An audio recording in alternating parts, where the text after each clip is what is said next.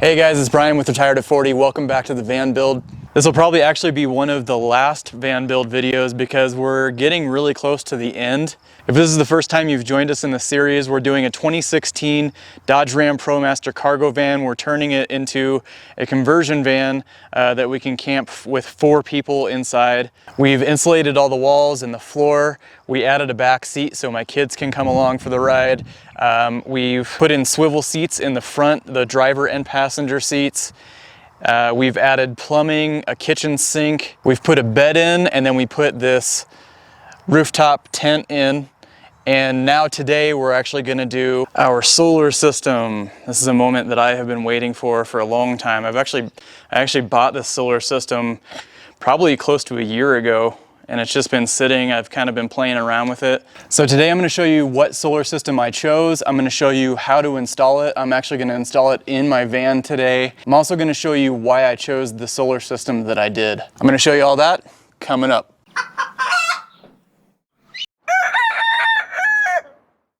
So if you're new to solar systems and you've ever tried to figure out what kind of stuff you need, it's very overwhelming, very confusing. So the system I went with is all by a company called Renogy. And with the Renogy stuff, you're gonna pay a little bit of a premium because it's all one package. But I think just the ease of the installation and the peace of mind that you get just knowing that it's a well-known company and that you can get someone on the phone if you ever have a problem, to me, I think that's worth paying the premium.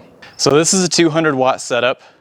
It comes with 2 100 watt solar panels. It comes with the Renogy Adventure solar charge controller. And I'll get into a little bit later why I like this solar charge controller so much. And then this particular kit comes with the Bluetooth module, which is really cool. You can monitor everything, your whole system on your phone. It also comes with a flush mount system that will go from your roof to inside the cabin of your van or whatever you're converting. And then the solar panels also come with some mounting brackets. It also comes with all of your cables that you need. It also comes with these dual connections here, so you can run in a series or you can run your panels in parallel, either one. If you're new to solar panels, you're probably asking yourself, what is the difference between running solar panels in a series and running them in parallel? I'm gonna show you. I'm gonna give you the quick version. If you already know all about this, just skip ahead in the video just a little bit. If not, this is gonna be a very simple version of this. So if you flip the panel around to the back side, you're gonna have 2 connectors on each panel. One's gonna be a positive, one's gonna be a negative. Most panels these days have these quick connects on here that make everything really easy. It makes it so you can't really mess anything up. So if you wanted to hook up more than one panel in a series, you would take the positive from one panel and you would connect it into the negative of another panel. And that's gonna give you a positive on one side, a negative on one side, and then from there you could connect that into your charge controller.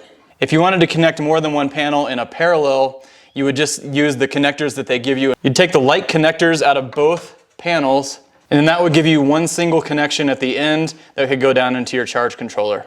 Generally speaking, for an RV type setup, you're gonna get the most bang for your buck in a parallel setup such as this. It's not gonna apply to every setup, so just do a quick search on Google, series versus parallel wiring, and see if it's going to fit your application the best. So let's get on to actually hooking the solar system up. I think the best way to do this is to hook it up outside of the van first so you can actually see the nuts and bolts of the whole setup. The biggest thing that you need to do on a solar setup is you always want to connect your battery up to the solar charger first before you connect the solar panels. So I'm going to show you the simple setup of how to hook in your solar panels and your battery. And then we're going to talk about why I like this solar charger. So for some reason on my unit, it did not differentiate these terminals at all. They were not labeled, but in the instructions they did. So I went ahead with a magic marker and just marked them on here so there's no confusion ever in the future. All right, I've got a close-up now so you can see that it says PV positive, PV negative, battery positive, battery negative. Obviously the positive and negative are going directly to the battery. The PVs are going into the positive and the negative of the solar panels. And I'm using a Renogy 12 volt battery. It's a gel battery. It's the 100 amp hour version. This is a great battery. You get a lot for what it costs. It's very low maintenance. I've had this one for over a year now, and I think these are rated for something crazy like 10 years if you maintain them. So you can see I've got this wired in parallel, and these connectors make it so you can't put the wrong ends together. You can't really screw it up. So this is really cool too. If you hook up the solar panels backwards, it'll actually give you this error message. So let's throw these out in the sun and then we'll see what the solar charger's doing. Okay, our solar panels are soaking up some of that fiery ball in the sky now. And you can see on our solar charger that our battery is showing that it's charging. 76 degrees is the current temperature of the battery. 19.6 or 19.4-ish, that is what the solar panels are putting in. And then 14.2 volts is what the battery is currently at. So next I want to show you a couple reasons why I really like this solar charge controller. The first reason is pretty standard now, but it does have a USB port directly on the solar charge. So if you need to charge something that's USB driven, you just plug straight into that and you can start charging. The next few reasons are bigger positives in my book. So you might notice that there's 3 extra ports here. The first one is so you can plug in a direct voltage meter, which is going to give you a more accurate reading of the battery because there can be some voltage lost or gained just for whatever reason. So that goes directly into the battery, not through the solar charger. The second one actually goes to a temperature probe, which will measure the temperature of your battery because it will be sitting directly on your battery. So here's your probe. You can just tape this or set it next to your battery. It's going to give you a really accurate reading of that battery just to make sure that it's not too hot or too cold. So we'll go ahead and plug that in. And you can see the battery temperature is quite a bit higher now. It was at 70 something when we saw it earlier, and now it's at 83 degrees. So this last port is the coolest function of this solar charge controller, I think, and that's your Bluetooth enabled control. Now that the Bluetooth is hooked up, you can see the charge power, you can see your current, your voltage from the solar panel, you can see the condition of your battery, you can change to a closed or an open load, you can see kind of the history of what's happened with your battery and your charging. You can also change your load and your battery parameter, which is pretty cool. And then really quickly, 2 other things that I really like about this is it automatically detects the voltage of your battery, so it knows if you're running a 12 volt system or a 24 volt system, and it also will detect what type of battery you're using, and you can manually change it also. So like I'm using a gel battery, so it automatically knows what the gel battery is, or if it's a lithium ion, etc., etc. And it will take that information along with the other information that it's given, and it'll run one of 4 charge patterns. It'll do a bulk charge, a boost charge, a float charge, or then it will also do an equalization, which will kind of mellow everything out, and it'll actually do that once a month. So it's pretty intelligent. And in the equalization, it'll actually stir up the electrolytes once a month automatically.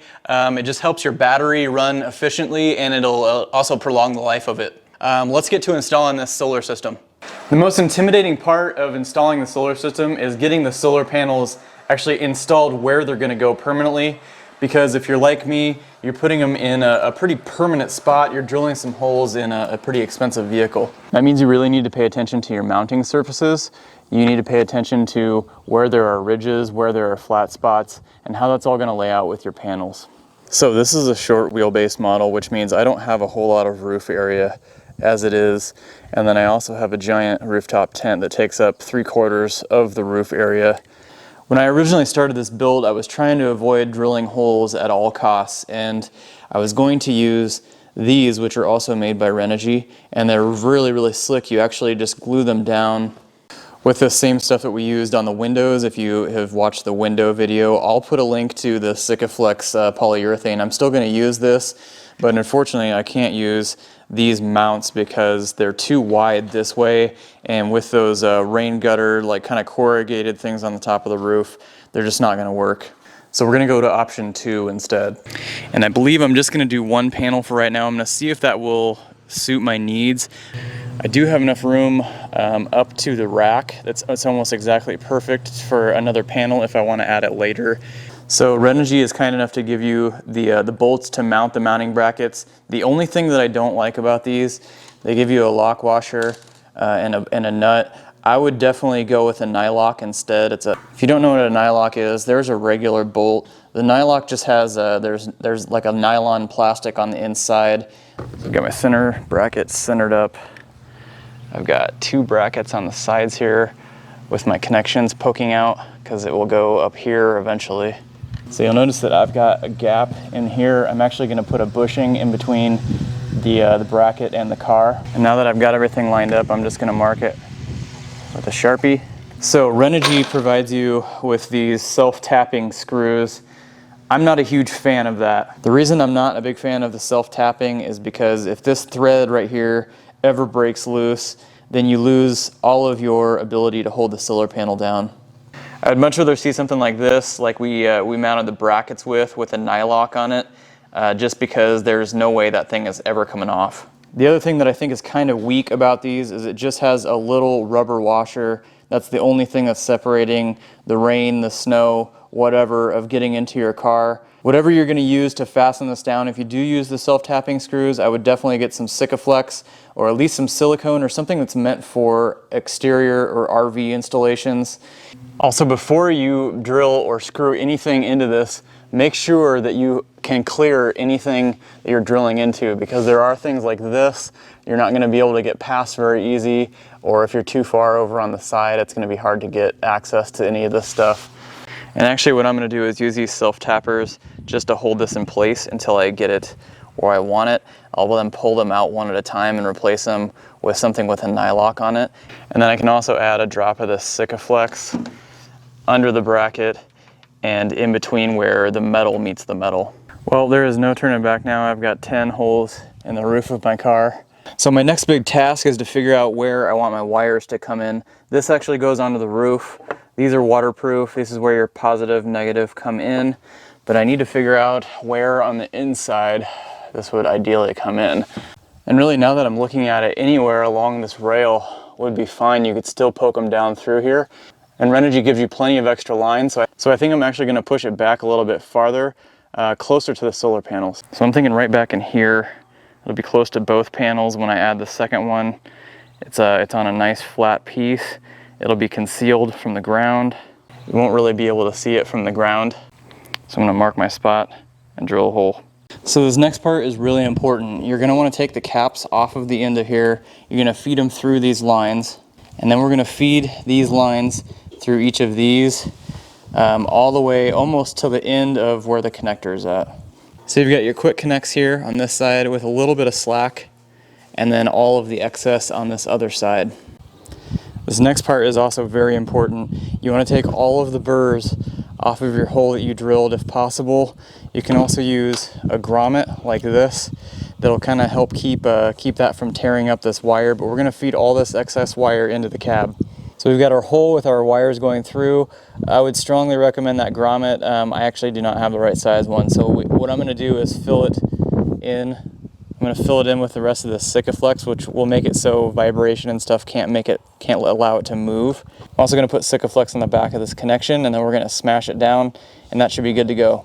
So make sure you get a watertight seal all the way around. You want this stuff to cover the entire outside. Now we're going to smash it down. So what I like to see is it squishing out all the way around on every side. It doesn't look the prettiest, but then you know that it's been completely sealed all the way around. Now I'm going to come back in here. I'm just going to hit the outside of this so these wires can't move once it dries.